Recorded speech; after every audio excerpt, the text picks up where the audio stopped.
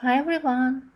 Finishing this picture took me a longer time than I expected, so I decided to divide it into another two parts. In this video, I plan to finish color Beanstalk and leaves. First, I used the same four colors which I already used in previous part. I start with green ochre. I color with it in the middle part of the beanstalk. Green ochre is brown with a little bit of green into it, and that's why I decided to use it as a mid-tone. Then, closer to the source of the light, I used moss green, and near the edge of the beanstalk upper edge, I used lime peel. In this way, I clearly indicated where is the light and where is the shadow. For the shadow, I used sepia and sometimes black pencil. I tried to pay attention to each area where leaf casts shadow on the beanstalk or where we have folds or curves on the beanstalk. I already get used to this paper and I'm quite satisfied how my Prismacolors behaved on it when I applied two layers and especially when I use my burnisher to mix to blend everything. But I also decided to try how my Derwent Color Soft will behave, and I was pleasantly surprised. I got a question in the comment why I still use Derwent Colorsoft if I already own Prismacolors and Polychromos, which are definitely better. I agree that Colorsofts aren't my favorite set of pencils, but as I own the full set of them, I don't plan to throw away quite decent set of pencils, so if I could find coloring book where paper is suitable for these pencils, and you know that color softs could be a little bit demanding to the tooth of paper. So if I am lucky to have such coloring book, I still use color softs sometimes, especially if I have to cover big areas like I have here, and I don't want to spend my precious Prismacolors.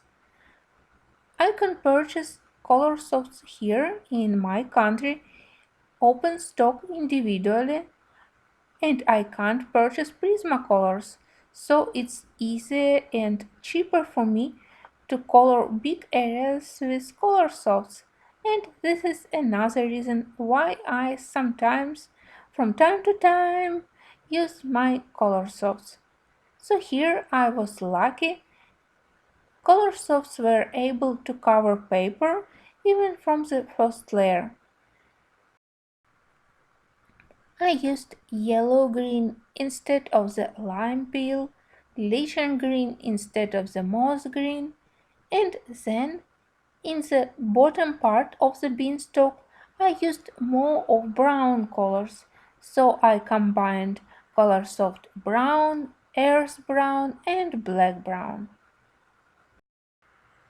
It's a pleasant surprise that color softs behave not bad on this paper. I will be able to use them for the backgrounds and to save my precious prismas. My next challenge was how to color green leaves on top of the green beanstalk. And to the kelp green, which I selected as a main color for the leaves, I added a little bit of cream, especially along the leaf edges, and also henna near the base of each leaf. And it really helped me to divide leaves from the beanstalk and also to emphasize that the source of the light is behind of the objects. If the source of light is behind any object will be surrounded by light halo. In the next part, where I will be coloring Jack, you will also see that I will be doing a light halo light edges to all objects of his clothes. I hope that you will also watch the final part where I will be coloring Jack, and maybe it will be helpful for you if you pay attention how I colored black object. Sometimes for the beginners, coloring black objects is a little bit difficult, and they color everything with just one black pencil.